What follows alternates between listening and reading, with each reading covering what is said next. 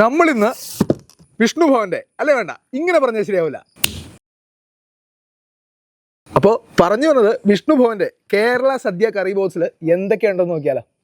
നമ്മുടെ ഈ ഒരു ബോക്സ് ഓപ്പൺ ചെയ്യുമ്പോൾ തന്നെ സദ്യ എങ്ങനെയാണ് വിളമ്പേണ്ടതെന്നുള്ളൊരു മാനുവൽ വെച്ചിട്ടുണ്ട്. അതുപോലെ തന്നെ ഇതെങ്ങനെ പ്രിപ്പയർ ചെയ്യാന്നുള്ളതിൻ്റെ ഒരു ഇൻസ്ട്രക്ഷൻ കാർഡും വെച്ചിട്ടുണ്ട്. വാഴയ്ക്ക ഉപ്പേരിയും ശർക്കര വരട്ടിയും പരിപ്പ് കറി, കാളൻ, സാമ്പാർ, പിന്നെ ഇങ്ങോട്ട് വന്നു കഴിഞ്ഞാൽ ഇത് ജിഞ്ചർ പിക്കിളുണ്ട്, ലൈം പിക്കിളുണ്ട്, സ്ലൈസ്ഡ് മാംഗോ പിക്കിൾ, 3 കൂട്ടം അച്ചാറുണ്ട്, അവിയൽ.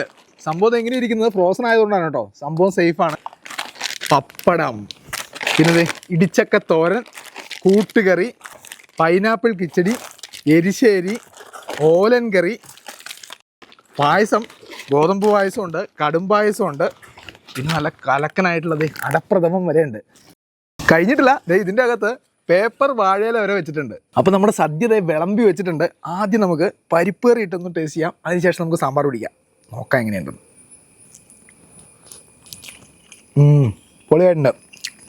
സാമ്പാറോട് കഴിച്ചു നോക്കട്ടെ. അടിപൊളി സാമ്പാറുണ്ട്. അപ്പോൾ സാമ്പാർ വെച്ചൊരു പിടി അങ്ങ് പിടിച്ച് നോക്കാം നമുക്ക് എങ്ങനെയുണ്ട് സാമ്പാർ നോക്കാം. ഗംഭീരമായിട്ടുണ്ട്. സദ്യ പൊളിച്ചു. ഗോതമ്പ് പായസവും കടും പായസവും അടപ്രഥമനുണ്ട്. അടപ്രഥമൻ നമുക്ക് നോക്കാം.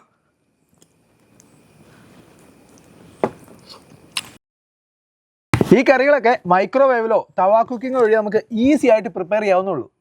അപ്പോൾ ഇത്തവണത്തെ ഓണം വിഷ്ണു ഭവന്റെ കേരള സദ്യ കറീസിനൊപ്പം കാണുന്ന സംഭവത്തിന്റെ പ്രീ ബുക്കിംഗ് സ്റ്റാർട്ട് ചെയ്തിട്ടുണ്ട്. അപ്പോൾ ഈ കാണുന്ന നമ്പറിൽ കോൺടാക്ട് ചെയ്ത് കഴിഞ്ഞാൽ കേരളത്തിൽ എവിടെയാണെങ്കിലും നിങ്ങൾക്ക് ഇത് ഡെലിവറി ചെയ്ത് തരും. അതും ഈ ഓണത്തിന് മുമ്പ്. ഇപ്പോൾ തന്നെ ഓർഡർ ചെയ്തോ.